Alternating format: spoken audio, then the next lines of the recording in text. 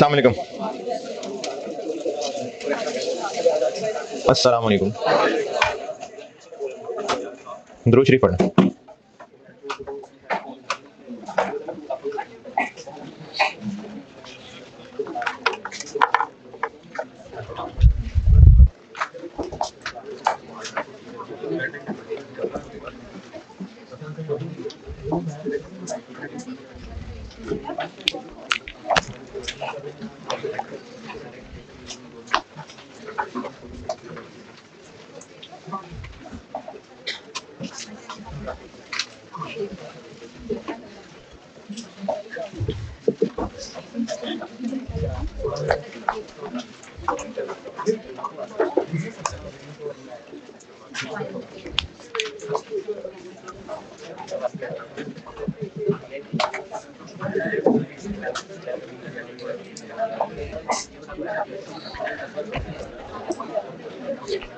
Accounting accounting system सारे साल के दौरान जर्नल में रिकॉर्डिंग होती रहती है, वहां से पोस्टिंग होती है लेजर में, फिर साल के एंड पे ट्रायल और उस ट्रायल से फाइनेंशियल स्टेटमेंट्स।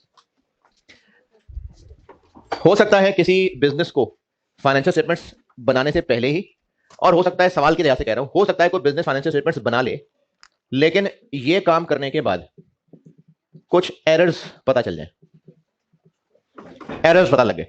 वो एरर्स ऑडिट के दौरान भी पता चल सकते हैं।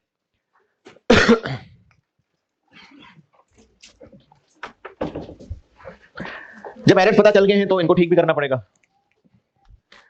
तो अकाउंटिंग में ना कोई एरर, जैसे अगर एरर ये हुआ कि डेटर के अकाउंट में यहां पर 50,000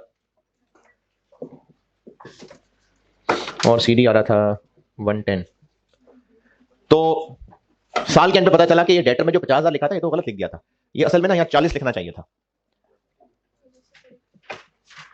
ये ठीक हो गया है? ऐसे नहीं ठीक करना। जो बुक्स में रिकॉर्ड हो चुका है उसको जाके मिटा के नहीं चेंज करते। ये गलती बुक्स में मौजूद है, अब हमने इसको ठीक करना है, मिटा के नहीं। हमें कुछ ऐसा करना पड़ेगा कि वो गलती ठीक हो जाए। ये नहीं कि इसको मिटा दें, हम कुछ ऐसा करें कि इसके जो जो रिजल्ट थे वो रिजल्ट ठीक हो जाए। जैसे अगर ये एरर आ रहा है, असल में यहाँ 40 होना चाहिए था, तो सही बैलेंस फिर 1,10 की बजाय 1,00,000 होना चाहिए था। तो अब ना अकाउंटेंट एक और एंट्री करेगा, और एंट्री ये करेगा कि डेटर्स में 50, 40 की जगह 50 आ गया, 10,000 ज्यादा डेबिट लिखा गया ना, अब वो एक करेक्शन एंट्री करेगा जिससे डेटर में क्रेडिट आ जाए 10,000। ऐसा करने से अब सही बैलेंस, तो एरर्स की करेक्शन का तरीका गलती को मिटा के ठीक लिखना नहीं है, कोई ऐसी एंट्री सिस्टम में डाल देना जो इस गलती के इफेक्ट को कैंसिल कर दे। बीमारी होगी, वायरस आ गया, तो डॉक्टर उस वायरस को पकड़ के निकाल देगा या दवाई एंटर कर देगा, तो ये दवाई एंटर हुई, अब वो ठीक हो जाएगा खुद ही। तो रेक्टिफिकेशन ऑफ एरर्स चैप्टर के अंदर एक तो मैं आपको ओवरऑल पिक्चर ये बता रहा हूं कि साल के दौरान जर्नल लेजर रिकॉर्डिंग होती रहती है, पोस्टिंग होती रहती है, साल के एंड पे ट्रायल बनता है, और ऑडिट के दौरान भी, और खुद ही एरर्स पता चल गए। अब इन एरर्स को ठीक भी करना है, तो इन एरर्स को ठीक करने के लिए फिर से जर्नल में चले जाते हैं, यानी रेक्टिफाइंग एंट्रीज की जाती हैं। इनको कहते हैं रेक्टिफाइंग एंट्रीज। इनका काम होता है एरर्स को करेक्ट करना। फिर से जर्नल में एंट्रीज होंगी, फिर से कुछ ना कुछ पोस्टिंग होके लेजर बनेगा, फिर सही वाले बैलेंसेस से ट्रायल बनेगा, और अब की बार ये ट्रायल सही होगा, और फिर जो फाइनेंशियल स्टेटमेंट्स बनेंगी वो सही वाली फाइनल वाली फाइनेंशियल स्टेटमेंट्स होंगी। आपको सवाल में सारा कुछ तो नहीं करने को कहा जाएगा, मैं आपको सिर्फ ओवरऑल पिक्चर बता रहा हूं कि साल के दौरान ये काम होता रहा, और ये जो सारा काम है ये ईयर एंड पे हो रहा है। यानी साल के दौरान जो भी रिकॉर्डिंग होती रही सिस्टम में, साल के एंड पे जब क्लोज करके ट्रायल बैलेंस बनाया उसमें गलतियां थी, जैसे भी पता चली, अकाउंटेंट को पता चली या ऑडिटर ने बताई, पता चल गई, इनको ठीक करने के लिए भी एंट्रीज ही करनी पड़ेंगी। वो एंट्रीज फिर से किसी बुक्स में ही होंगी, फिर से डेबिट क्रेडिट लेजर में पोस्ट होगा, और अब की बार सब सही होगा। अब जो ट्रायल होगा वो फाइनल होगा, और अब जो फाइनेंशियल स्टेटमेंट्स हैं वो सही होंगे, और ये सारा काम साल के एंड पे ही हो रहा होता है। तो इस चैप्टर का कॉन्टेक्स्ट ये है कि हम ईयर एंड पे खड़े होंगे और सवाल में आपको एरर्स बताए होंगे और ये पूछा होगा रेक्टिफाइंग एंट्रीज। ये भी हो सकता है, ज्यादा चांस इसके हैं, और साथ एक अलग पार्ट भी पूछा जा सकता है कि अकाउंटेंट ने इन्हीं गलतियों को ही लेके इनकम स्टेटमेंट बना ली थी, वो गलत बन गई थी, तो अब आप इन गलतियों को ठीक करें और बताएं सही वाला प्रॉफिट कितना है। तो सही प्रॉफिट कैलकुलेशन भी टेस्ट हो सकती है, और रेक्टिफाइंग एंट्रीज भी टेस्ट हो सकती हैं। ये इस चैप्टर का कॉन्टेक्स्ट है कि साल एंड हो गया हुआ है, एरर्स आपको सवाल वाले ने बता दिए, खुद जाके नहीं ढूंढने, और रिक्वायर्ड है या तो रेक्टिफाइंग एंट्रीज या जो गलत प्रॉफिट निकाल लिया था अकाउंटेंट ने, आपसे कह रहा है एग्जामिनर कि आप समझदार बच्चे हैं, आप सही प्रॉफिट निकाल लें। ये है जी इस चैप्टर की ओवरऑल पिक्चर।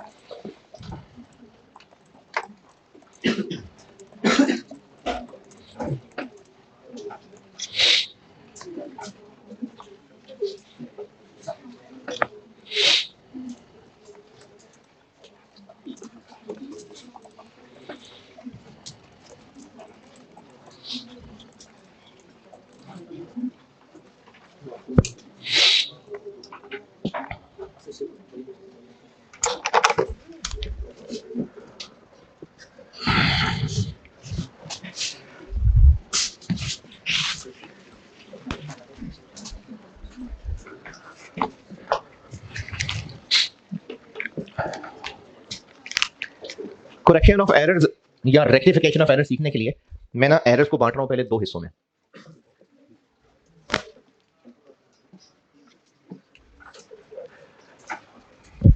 मैं पहले आपको वो एरर्स कराऊंगा, केस 1 कह देता हूं, चलें, एरर्स नॉट अफेक्टिंग ट्रायल, और जब ये पढ़ा लूंगा तो फिर पढ़ाऊंगा एरर्स अफेक्टिंग ट्रायल।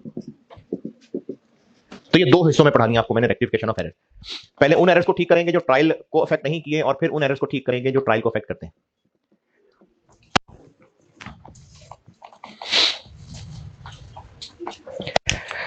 और ट्रायल को अफेक्ट करते हैं कि नहीं करते हैं, इसका मतलब ये है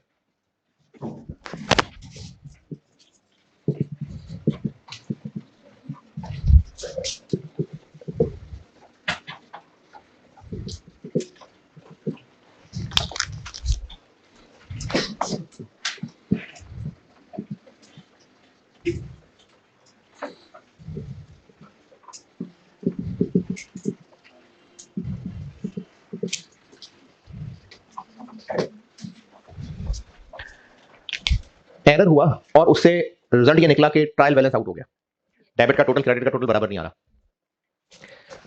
और इसका मतलब है कि बेस सा एरर था, ट्रायल को फर्क नहीं पड़ा।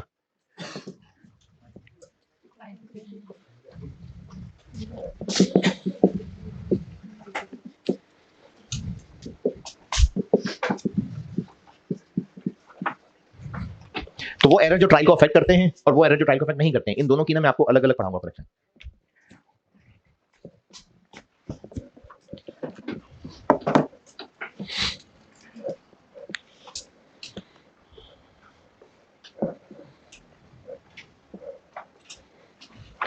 इसी शाख में ना एक एक मिसाल दे देता हूं दोनों की। इस शाख की मिसाल बता रहा हूं। फॉर एग्जांपल जनरल में डेटर्स डेबिट और सेल्स क्रेडिट हुई 500, और लेजर में जब गए तो डेटर में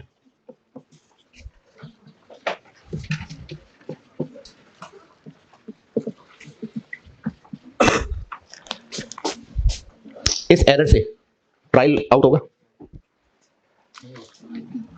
अच्छा, किसी को एरर ही ना समझ आ रहा हो, एक जीरो नहीं लगा तो जीरो ही नहीं लगाना, क्या है, जीरो ही तो है। तो ट्रायल क्यों आउट नहीं होगा इससे? क्योंकि डेबिट पे गलत लेकिन गया 50 है और क्रेडिट पे भी 50 ही गया है, तो सिस्टम में डेबिट क्रेडिट बराबर है, ट्रायल आउट नहीं होगा। ये मैंने इस शाख की मिसाल बनाई है।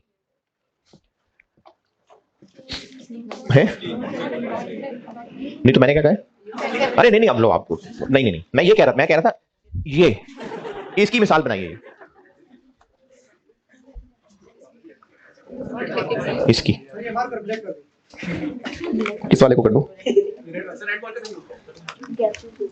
यार सब प्यारा रंग होता है लाल, क्या नजर नहीं आ रहा है या वैसे कोई इख्तलाफ है लाल रंग से?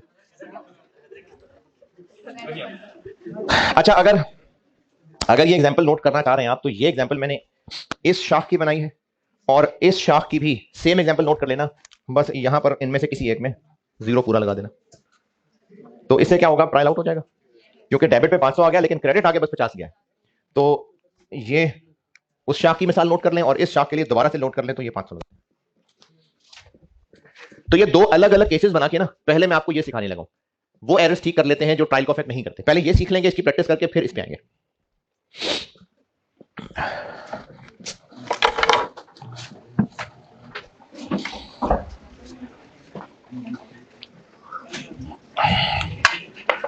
उमर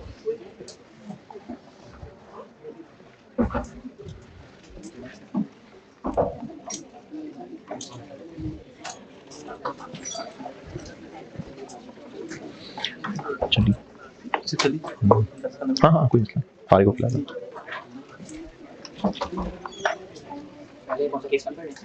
जी पहले मैं आपको वो case 1 errors not affecting trial सिखाने लगा।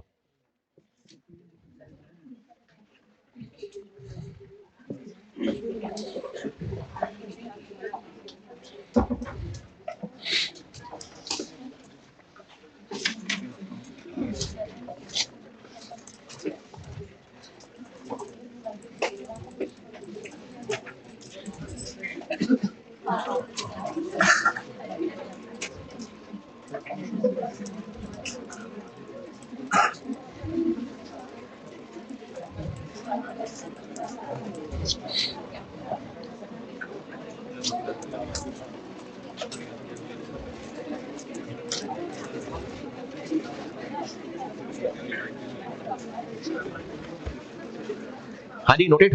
चले अब हेडिंग देते हैं कि हम केस 1 करते हैं। पहले हम करते हैं रेक्टिफिकेशन उन एरर्स की जो ट्रायल अफेक्ट नहीं करते। पहले इसकी हेडिंग देते हैं, फिर इसकी प्रैक्टिस करके जब चीटियां हो जाएंगे फिर इस पे चलेंगे हम। पहले कराने लगा हूं एरर्स जो कि ट्रायल को अफेक्ट नहीं करते, उनकी करेक्शन।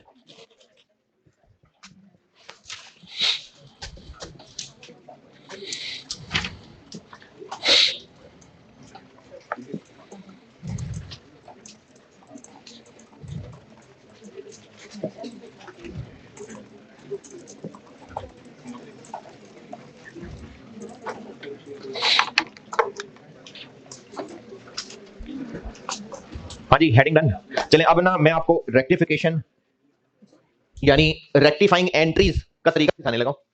और ये पढ़ा होगा इंट्रोडक्शन टू बिजनेस में, पढ़ा होगा?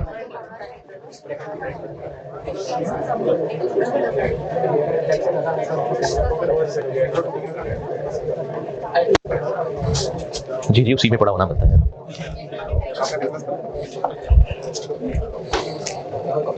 बेकार मजाक करने की कोशिश की थी यार, आप सस्ते कर देते हैं। कोई नहीं।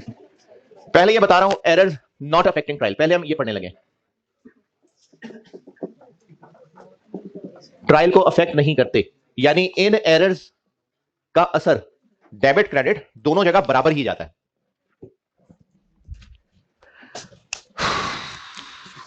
एक मिसाल से समझाता हूं और उसके बाद प्रैक्टिस ही करते हैं।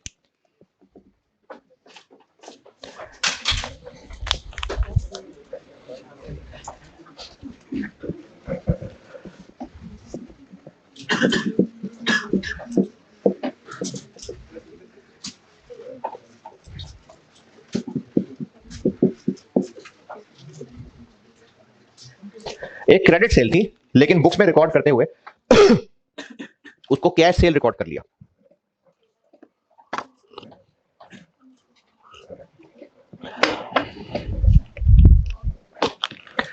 जी क्या 20,000? अब इस एरर को ठीक करने के लिए जो एंट्री करेंगे उसको कहते हैं रेक्टिफाइंग एंट्री। होगा ये कि बुक्स में, यानी जो बुक्स ऑलरेडी हैं, इनमें एक एंट्री पहले ही हो चुकी हुई है, उसको मैं कह देता हूं रॉन्ग एंट्री। ये वो है जो ऑलरेडी हो चुकी हुई है।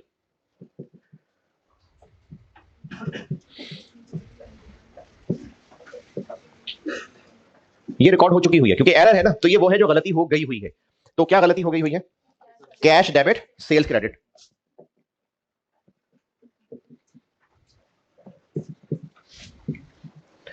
अब हमने इस सिस्टम में यानी बुक्स में एक एंट्री और करनी है इस एरर को ठीक करने के लिए, और इस एरर को ठीक करने का तरीका कैश मिटा के डेटर लिख देना नहीं है। हमने एक और एंट्री ही करनी होगी। उस एंट्री को कहते हैं रेक्टिफाइंग एंट्री या करेक्शन एंट्री भी कह सकते हैं। क्या है?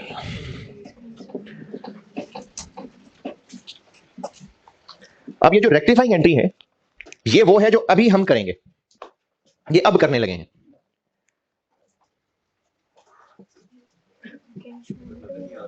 तो आंखें खोल के चेक कर ले बेटे।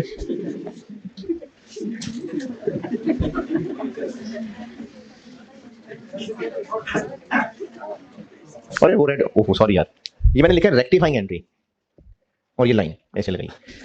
बुक्स में रॉन्ग एंट्री, यार वो मल्टीपल कलर्स यूज करता हूं ना, मुझे वो देख के अच्छा लग रहा होता है। आपको जो नहीं पढ़ा जा रहा वो बताएं, मैं जरूर पढ़ के बता देता। ये किसी को नहीं, लाल पीले हरे रंग किसी को नजर नहीं आता, यानी इस रंग बिरंगी दुनिया में फीके हैं सारे, आ रहे हैं नजर। रॉन्ग एंट्री जो बुक्स में ऑलरेडी रिकॉर्ड हो चुकी हुई है वो ये एरर है, और हमने इस एरर को ठीक करने के लिए अब जो बुक्स में रिक्वायर्ड है उसको कहेंगे रेक्टिफाइंग एंट्री।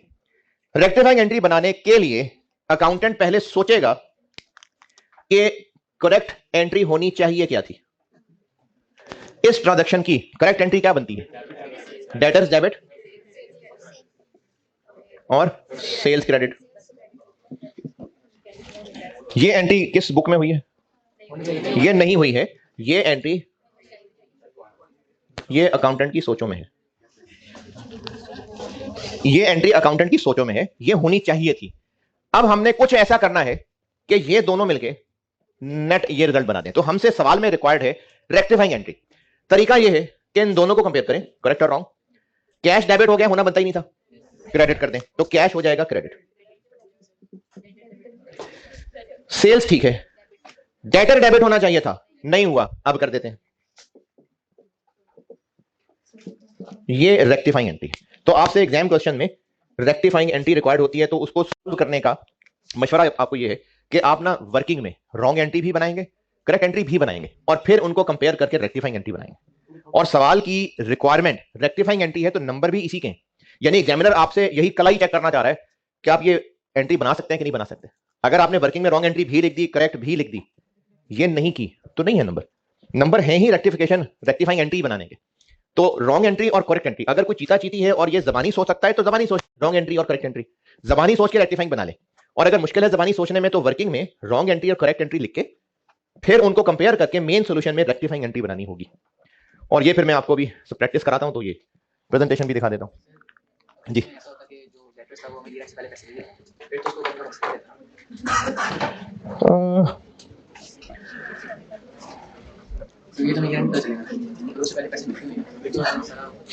देखिए अगर वो ईयर एंड तक पैसे दे चुका होता तो फिर इवेंचुअली ठीक हो गया होता।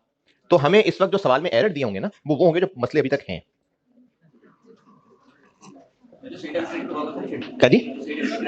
डेबिट से क्रेडिट किधर हुआ है जी? देखें सेल्स क्रेडिट होनी चाहिए थी, हो गई है, तो सेल्स तो ठीक है जी। बेटे ये तीनों एंट्रीज आप देखें, कुछ मुश्किल कोई बात ही समझ आ रही तो बताइए। चलें सवाल लिखें। अच्छा कर ले नोट कर लें इसको।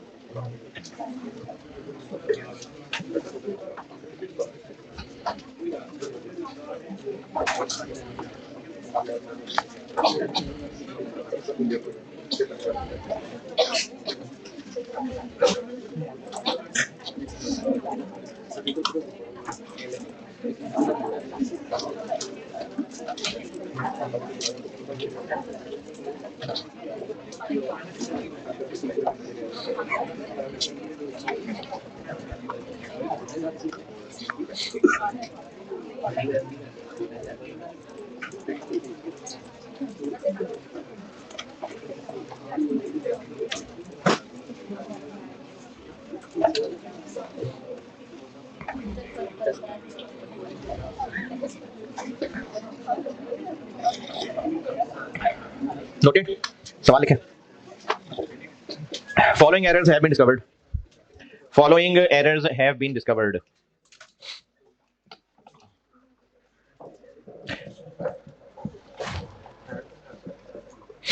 जिनको डिस्कवर्ड की स्पेलिंग आ रही हो दिल छोटा ना करें, फाउंड लिखें, found.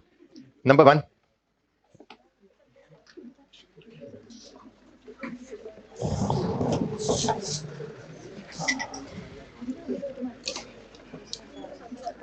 repairs of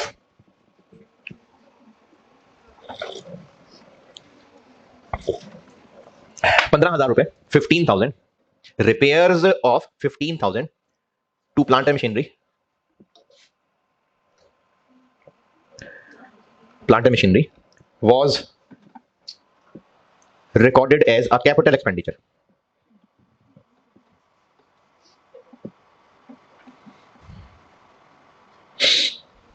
Next error.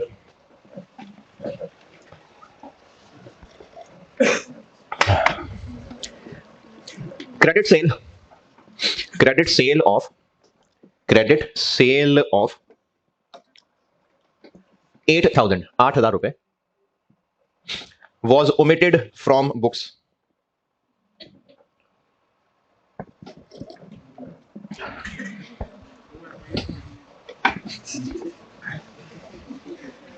क्या हुआ?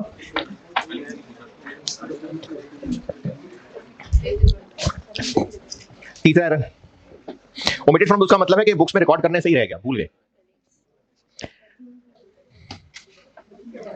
नहीं, पेमेंट ऑफ रेंट, अगला एरर है, payment of rent of 10,000, payment of rent of 10,000 was recorded as payment of insurance. Rent पे किया था तो अकाउंटेंट ने इसकी एंट्री करते हुए इसको इंश्योरेंस की पेमेंट समझ ली. नेक्स्ट एरर लिखे.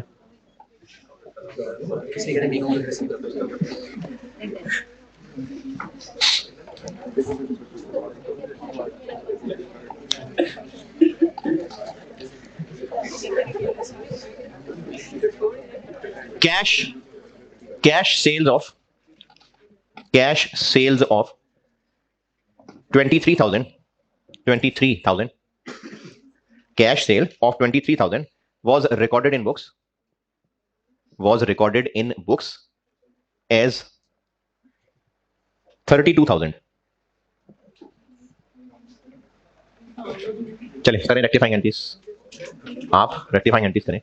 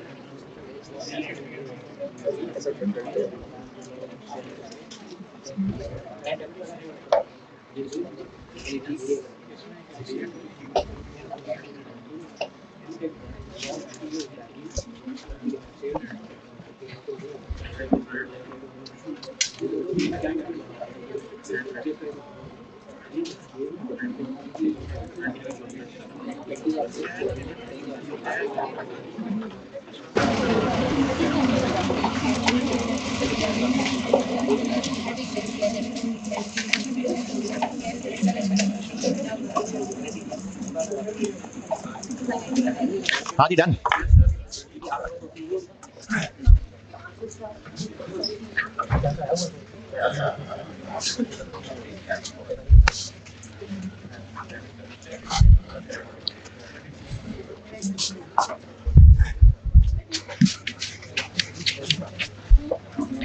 सवाल की रिक्वायरमेंट है रेक्टिफाइंग एंट्रीज। तो सॉल्यूशन में ना मेन प्रेजेंटेशन इसी की है, लेकिन वर्किंग में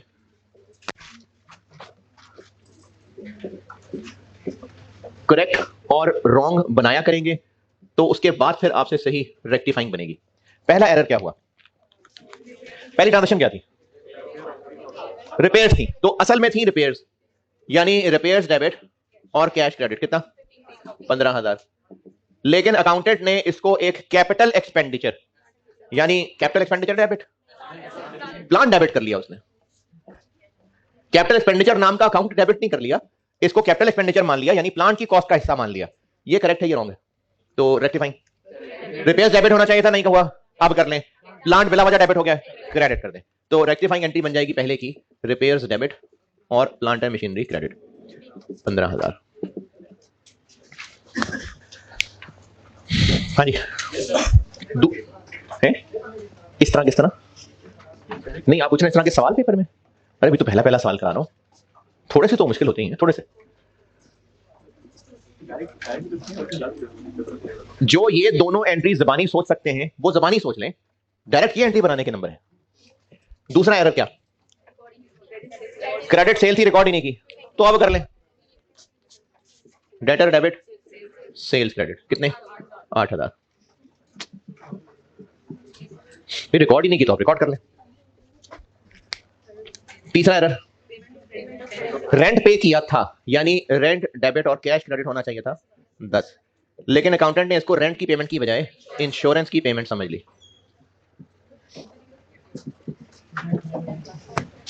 रेंट डेबिट होना चाहिए था, उसकी जगह इंश्योरेंस डेबिट हो गई, तो रेंट डेबिट कर देते हैं और इंश्योरेंस क्रेडिट कर देते हैं। 10,000। और चौथा एरर, कैश सेल्स थी कितने की? कैश डेबिट और सेल्स क्रेडिट 23,000, लेकिन क्या हुआ? कैश डेबिट सेल्स क्रेडिट 32,000 से। तो एंट्री जो करनी चाहिए थी वो 9,000 ज्यादा से कर ली, तो 9,000 से रिवर्स कर देते हैं। तो सेल्स वापस डेबिट और कैश क्रेडिट 9,000। जी सबकी सब सही है? हाँ यार। अच्छा, इस चैप्टर में ना काफी सारी टिप्स लिखवानी है मैंने, तो कोई अलग पेज पे लिखने की जरूरत नहीं है, बस लेक्चर के बीच में फ्लो में चलते जाएंगे, जहां जहां लिखवाता जाऊंगा। तो अभी बता रहा हूं 2 3। एक ये लिखें, ये सवालों में काम आएंगे, ये सवालों के लिए टिप्स बता रहा हूं। एक बात ये लिख लें कि जो इन्वेंट्री रिलेटेड ट्रांजैक्शन है, क्वेश्चन में by default periodic system follow हो रहा होता, परपेचुअल होता तो बता देते। इन्वेंट्री रिलेटेड ट्रांजैक्शंस के लिए क्वेश्चन में by default periodic system follow हो रहा होता है, अगर परपेचुअल हुआ तो बताया होगा।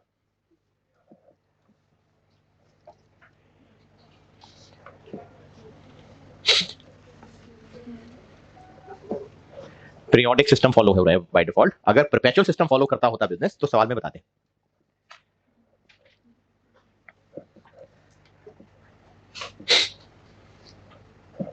अगली बात ये लिख लें कि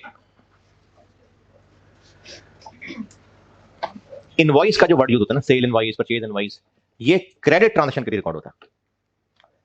सेल इनवॉइस या परचेज इनवॉइस, ये जो वर्ड इनवॉइस है ये क्रेडिट ट्रांजैक्शन के लिए यूज होता है।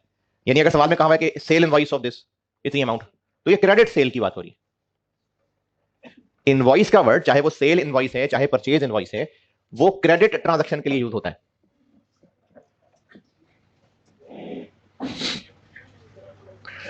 और अगली बात ये लिखें, अच्छा अच्छा अच्छा, लिख लिख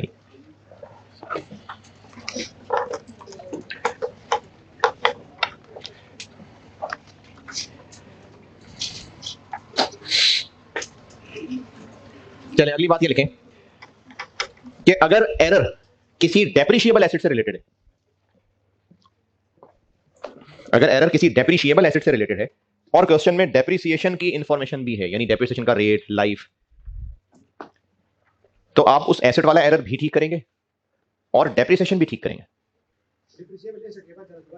बस देखें, अगर आप मेरे अल्फाज याद करके लिखने की कोशिश करेंगे ना तो किसी को कुछ भी नहीं समझ आएगा, और अल्फाज आगे पीछे हो गए तो नोट पता नहीं कहां से कहां बन जाएगा। समझा करें बात और अपने आप को समझा लिया करें। दोबारा, अगर एरर किसी डेप्रिशिएबल एसेट से रिलेटेड है, जैसे ये था, और क्वेश्चन में डेप्रिसिएशन कैलकुलेट करने का सामान भी मौजूद है, तो एसेट वाला एरर भी ठीक करना है और डेप्रिसिएशन भी ठीक करनी है। डेप्रिसिएशन क्यों ठीक करनी है? क्योंकि अगर एसेट में गलती हुई थी तो डेप्रिसिएशन भी गलत ही कैलकुलेट हुई होगी, तो वो भी ठीक करनी है।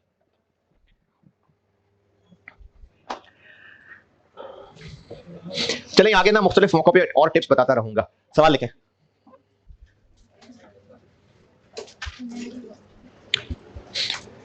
Following errors have been discovered.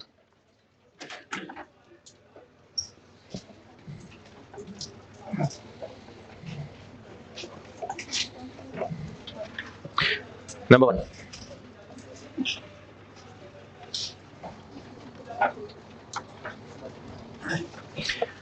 A purchase invoice of 15,000, 15,000 रुपए, was omitted from books.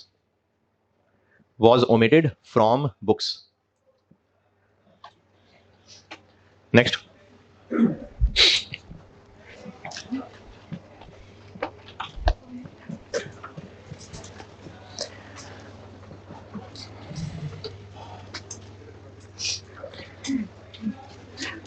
A sale invoice of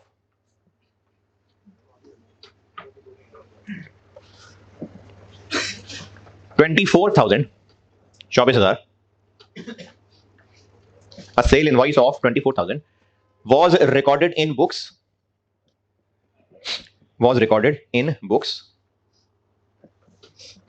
as cash sales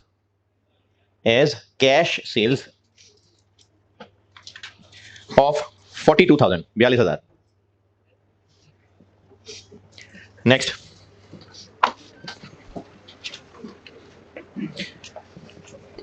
Closing stock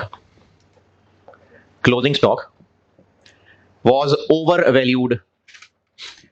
Closing stock was overvalued by 6,000.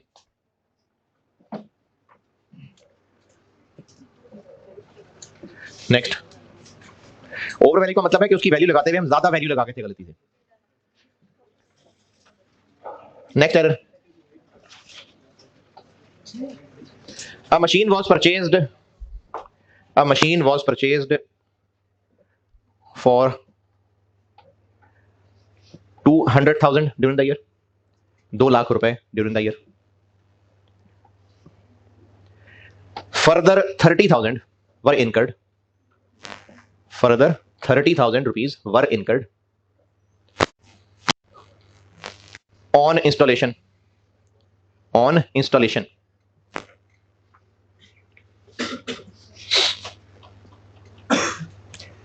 Purchase of plant was correctly recorded, but purchase of machine was correctly recorded. जो भी बोला था, plant बोला था, machine बोली थी, machine. Purchase of machine was correctly recorded, but purchase of machine was correctly recorded, but installation cost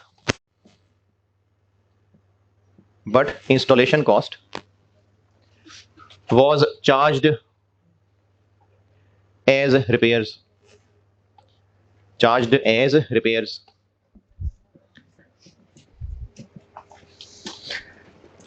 अच्छा, ये 5-6 एरर्स तक नहीं पहुंच गया, ये ही चल रहा था, ये चौथा ही चल रहा था और अभी भी चौथा ही चल रहा है। Depreciation on plant and machinery, depreciation on plant and machinery is charged.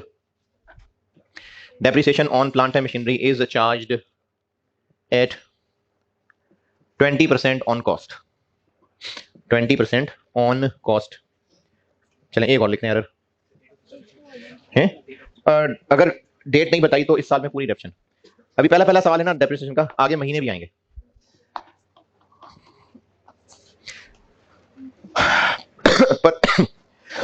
Purchase of office furniture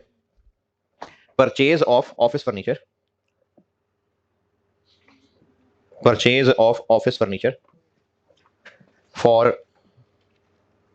20,000 20,000 रुपए was recorded in books as purchase of goods, यानी गुड्स का खरीदना समझ लिया इसको, हालांकि ऑफिस फर्नीचर खरीदा था। Depreciation on furniture is charged, depreciation on furniture is charged at 25% on cost. Rectifying entries required हैं आपसे, अभी कर ही लेंगे आप, मुझे लगता है, मुझे आप शक्लों से डिटरमिनेड लग रहे हैं, मुझे लगता है आप कर लेंगे। और इतनी टैलेंटेड शक्लें, ये ऐसे करना है आपने, ऐसे। चलो ठीक है, होमवर्क कल करके आइएगा।